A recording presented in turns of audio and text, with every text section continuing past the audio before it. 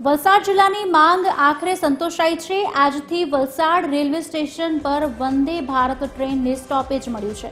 પ્રથમ વખત Vande Bharat train Valsad railway station પર થોભી હતી। વલસાડ ડાંગના સાંસદ ધવલ પટેલે ટ્રેનને લીલી ઝંડી આપી પ્રસ્થાન કરાવ્યું। વલસાડ ડાંગના સાંસદ ધવલ પટેલ સહિત ભાજપના અગ્રણીઓ અને કાર્યકર્તાઓએ ટ્રેનનું સ્વાગત કરી અને ત્યારબાદ વલસાડથી આ ટ્રેનનું પ્રસ્થાન કરાવ્યું હતું। सांसद धवल पटेले वडाप्रधान नरेंद्र मोदी और रेल मंत्री अश्विनी वैष्णवનો आभार मान्यो હતો।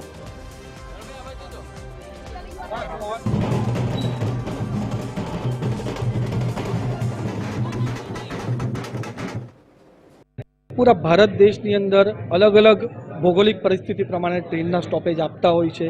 वलसाड जिल्लानी अंदर खास करीने जे वलसाड जिल्लानुं वलसाड स्टेशन छे एनुं विशेष महत्व छे।